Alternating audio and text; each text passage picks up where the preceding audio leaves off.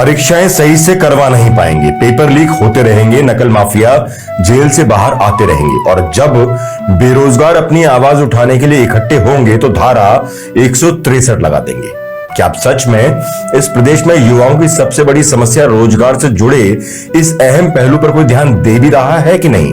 क्या इस प्रदेश में एक सख्त नकल विरोधी कानून के बाद भी नौकरियों की खरीद फरोख्त जारी है?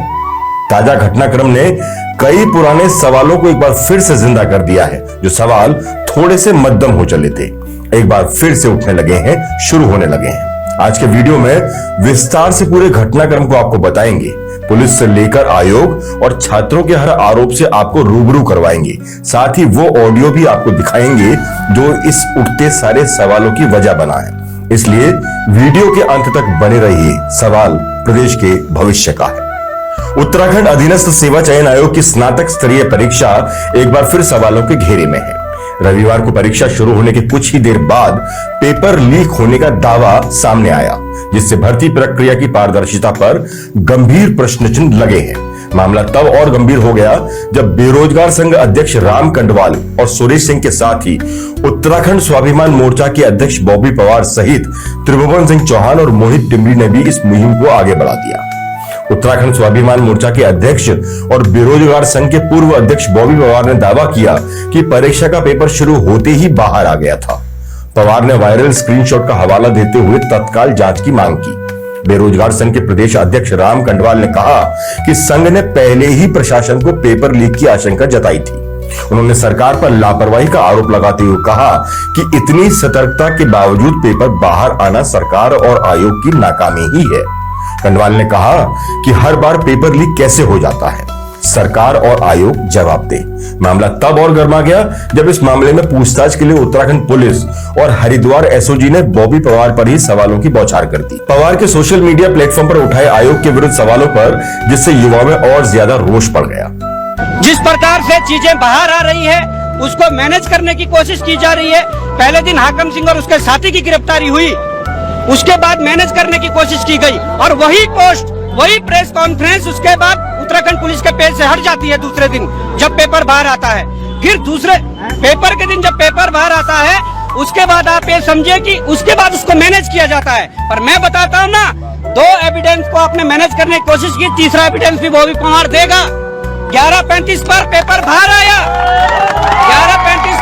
11:35 पर पेपर बाहर आया। मैं एविडेंस दूंगा कि 10 बजे के आसपास भी पेपर बाहर था। ये लोग नकल रोधी कानून का डर नकल माफियाओं को न दिखाकर उत्तराखंड के बेरोजगारों को दिखाएंगे ऐसे नकल रोधी कानून पर। और अगर मैं कहना चाहता हूँ, इन्होंने उत्तराखंड के युवाओं का खून खोलते हुए नहीं देखा है। आप क्या सोच रहे हो? बॉबी पवार भी एक साधारण अभ्यर्थी था, एक छात्र था। बॉबी पवार को बॉबी पवार बनाने में उत्तराखंड सरकार और उत्तराखंड पुलिस के मुकदमों का कहीं न कहीं राज है, उनका सहयोग है, तब बॉबी पवार बना है। क्या चाहते हैं कि हर एक युवा बॉबी पवार बने? बॉबी पवार के सोशल मीडिया प्लेटफॉर्म पर उठाए आयोग के विरुद्ध सवालों पर, जिससे युवाओं में और ज्यादा रोष बढ़ गया। दरअसल रविवार की दोपहर लगभग 12 बजे सोशल मीडिया पर वायरल हुए कथित पेपर के स्क्रीनशॉट ने अभ्यर्थियों में भारी आक्रोश पैदा कर दिया। यहां गौर करने वाली बात यह है कि एक दिन पहले ही यानी शनिवार को एसटीएफ और स्पेशल ऑपरेशन ग्रुप एसओजी ने कुख्यात नकल माफिया हाकम सिंह और उसके सहयोगी पंकज गौड़ को परीक्षा के संबंध में देहरादून से ही गिरफ्तार कर लिया था। ये दोनों अभ्यर्थियों को परीक्षा में पास कराने का झांसा देकर 12 से 15 लाख रुपए तक की मांग कर रहे थे, जिसका एक कथित ऑडियो भी वायरल हुआ। ये ऑडियो पंकज गौड़ का बताया जा रहा है। हालांकि हम ऑडियो की पुष्टि नहीं करते, लेकिन ये भी यकीन रखते हैं कि इस ऑडियो की जांच उत्तराखंड पुलिस जल्द से जल्द करवाकर उसको पब्लिक करेगी। फिलहाल आप ये ऑडियो ध्यान से सुनिए। इसमें है तो है, पर इसमें वो है 15 लाख रुपए है, इसमें मैंने बोला तो था। अच्छा, कम कुछ हो जाएगा कुछ? अरे कुछ नहीं है भैया, कम कहा, कम के चक्कर में तो फंस गए थे। तो जब ज्यादा लड़के कम लड़कों में ज्यादा बजट में कर ले। अच्छा चलो, तो फिर हाँ, कम लोगों को लेंगे, ज्यादा पैसे खाते, ज्यादा लोग ना भरने पड़े, समझ गए? अच्छा। पहले तो ये काम 12 में होता था, हाँ, लेकिन अब बढ़ा दिया था। अब ये है कि लड़के ज्यादा नहीं भरते, 2, 4, 5 भरने बस। अच्छा, तो ठीक है सर। अगर काम मिलूंगा आपको आके वहीं से? आप हो कहाँ? ये तो सर मैं अभी यहाँ जरा रखा हूँ ये ध्रुवपुर की साइड, कोटद्वार में ही हूँ, ध्रुवपुर में। तो आपका एग्जाम कहाँ है सर? मतलब कहाँ से पढ़ रहा है? देहरादून? हाँ देहरादून से पढ़ा है। देहरादून से पढ़ रखा है?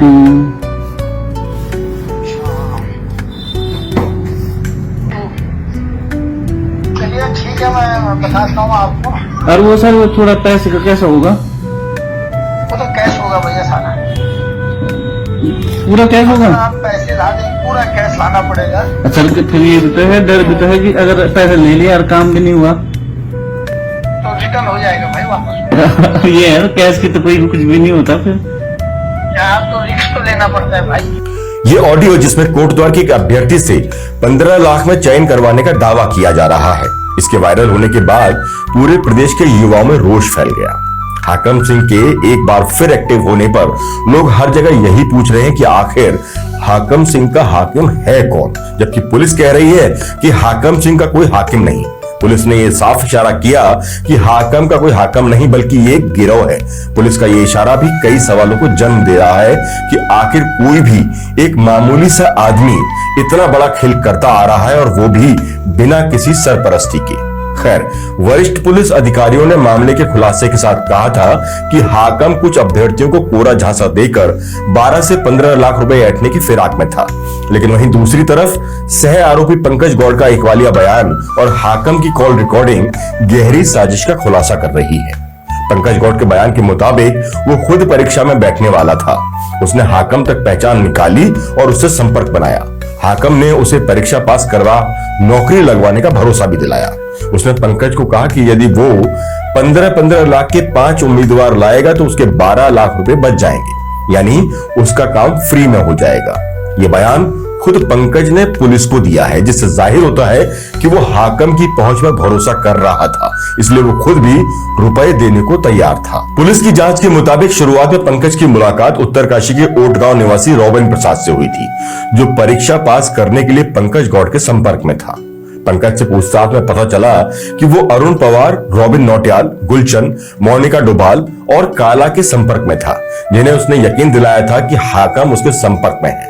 उसने यकीन दिलाया कि 15 लाख रुपए देने पर परीक्षा पास करवाकर नौकरी लगवा दी जाएगी। इसी क्रम में हाकम सिंह की कॉल रिकॉर्डिंग भी वायरल हो रही है, जिसमें वो साफ कह रहा है कि इस बार पिछली गलती नहीं करनी।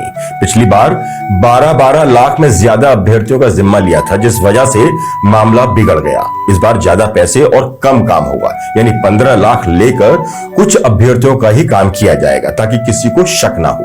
पंकज ने इकबालिया बयान दिया है कि उसने अन्य अभ्यर्थियों को परीक्षा पास कराने के लिए अपनी तरफ से 3 लाख रुपए बढ़ाकर बताए थे ताकि उसका काम फ्री में हो जाए। उसे हाकम के जरिए रुपए कमाने का लालच भी आ गया था। इस बयान से विरोधाभास सामने साफ आ ही रहे हैं। जांच के क्रम में एक पेन ड्राइव की रिकॉर्डिंग भी पुलिस को मिली, जिसमें हाकम 21 सितंबर को होने वाली परीक्षा पास कराने में नौकरी लगाने का दावा कर रहा है।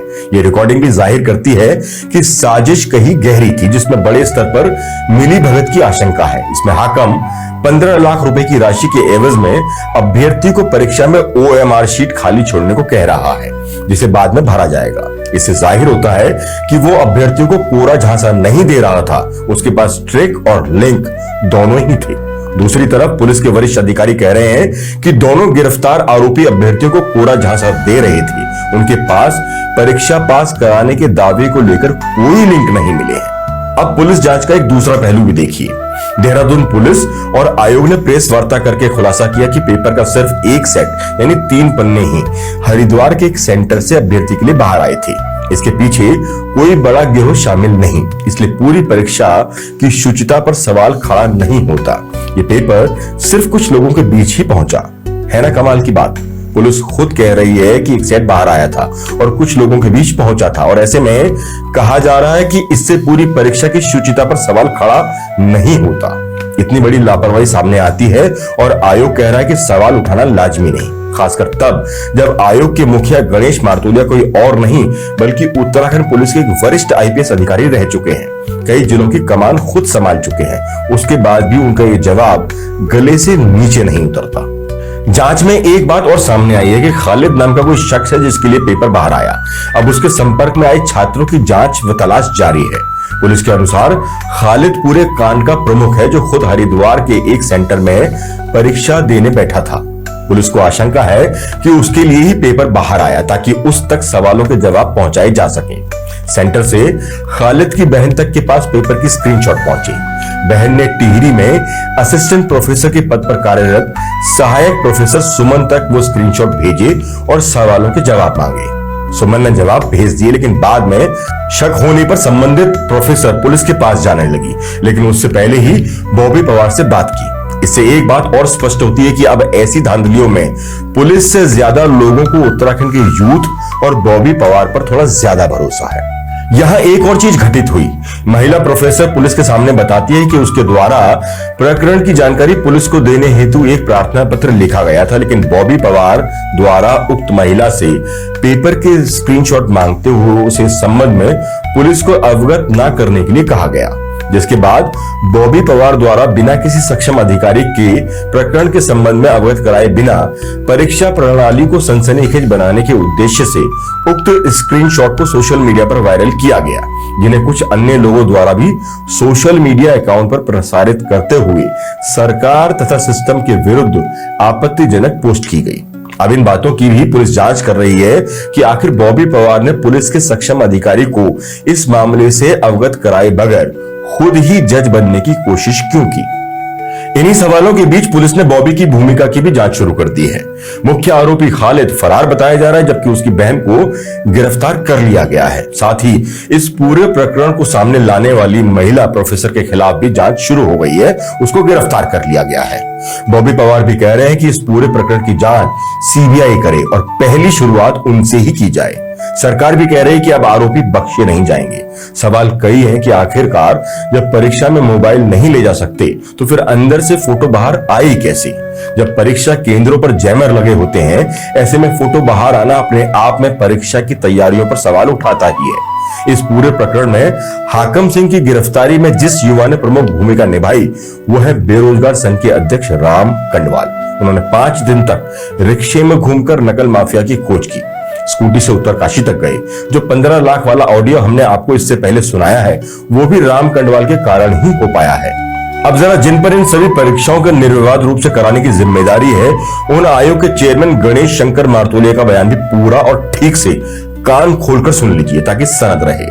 मारतोलिया साहब कह रहे हैं कि सिर्फ 3 पन्ने बाहर आए हैं, इसको पेपर लीक होना नहीं कहा जा सकता। तो साहिब, पेपर लीक होना कहते किसको है? जरा ये ज्ञान वर्षा भी कर दीजिए। इसको बेसिकली पेपर लीक नहीं कह सकते आप, पेपर लीक करना दूसरी बात हो गई। ये बेसिकली किसी सेंटर से 3 पन्ने बाहर निकले हैं जो क्वेश्चन पेपर का, तो उसमें ये है कि क्योंकि बाहर आया तो हो सकता है कि और जगह चला गया हो, किसी ने सॉल्व कर दिया हो, उनकी मदद कर दी, इस तरह की चीजें आई हैं। सवाल यह है कि 11 बजे पेपर शुरू होता है और दावे के अनुसार 11:30 बजे वो 3 पन्ने बाहर आ जाते हैं और मारतोलिया साहब कह रहे हैं कि इसको पेपर लीक होना नहीं कहा जा सकता। तो फिर वही बता दें कि इसको क्या कहा जाए और फिर पेपर लीक किसे कहते हैं। उनका बयान सुनकर तो एक वरिष्ठ भूवैज्ञानी एमपीएस बिष्ट ने व्हाट अ जोक कहकर मारतोलिया साहब को सर्टिफिकेट ही दे दिया। खैर, चेयरमैन आयोग गणेश मारतोलिया ने यह भी बताया कि परीक्षा केंद्रों पर जैमर लगाए गए थे, जिससे यह सवाल उठता है कि इतने सुरक्षा उपायों के बावजूद ये पन्ने बाहर आए तो कैसे आए। कमाल की बात यह है कि भाजपा के कुछ नेता खुद कह रहे हैं कि 3 पन्ने बाहर आए लेकिन पेपर लीक नहीं हुआ और यह सरकार के खिलाफ षड्यंत्र है। कमाल करते हैं हमारे नेता भी। सवाल फिर वही कि किसके दम पर जमानत जेल से बाहर आया शख्स यानी हाकम सिंह ऐसे घटनाक्रम करने की हिम्मत जुटा पा रहा है। मतलब हाकम सिंह का हाकिम तो कहीं ना कहीं वीआईपी बना बैठा ही है। वैसे वीआईपी से हमारा अभिप्राय सिर्फ हाकम के हाकिम को लेकर ही है। कृपया इसे किसी बच्ची की निर्मम हत्या से न जोड़ा जाए। एक बात और है जो जरूरी है, पानी पी पी कर त्रिवेंद्र सिंह रावत को हाकम के मामले में कोसने वाले खानपुर से निर्दलीय विधायक उमेश कुमार को अब सोचना होगा, क्योंकि हाकम के खिलाफ सबसे पहले और बुलंद आवाज में विरोध करने वाले पहले भाजपाई खुद त्रिवेंद्र सिंह रावत ही बन गए हैं। अक्सर पूर्व मुख्यमंत्री और हरिद्वार सांसद त्रिवेंद्र सिंह रावत जो 2023 में बेरोजगारों पर लाठीचार्ज का भी विरोध कर चुके हैं, उन्होंने एक बार फिर कड़ी कार्रवाई और न्यायिक जांच की मांग की है। अब त्रिवेंद्र के नकल को लेकर लिए गए कड़े तेवर ये तो साबित करते ही हैं कि हाकम सिंह की तस्वीर सिर्फ एक ही जुबान नहीं बोलती। यकीन नहीं तो इन कुछ तस्वीरों पर ही नजर डाल लीजिए। ऐसे में उमेश कुमार की आवाज बाकी के चित्रित नेताओं को घेरने के लिए भी उठेगी, ये देखना महत्वपूर्ण होगा। और अगर आवाज उठी तो उसका तीखापन भी मायने जरूर रखेगा। खैर, अपने बयान से ये तो त्रिवेंद्र ने साफ कर दिया कि हाकम का हाकिम अभी व्हाइट कॉलर में आसपास ही मौजूद है, जिस पर कड़ी कार्रवाई की बात वो कर रहे हैं।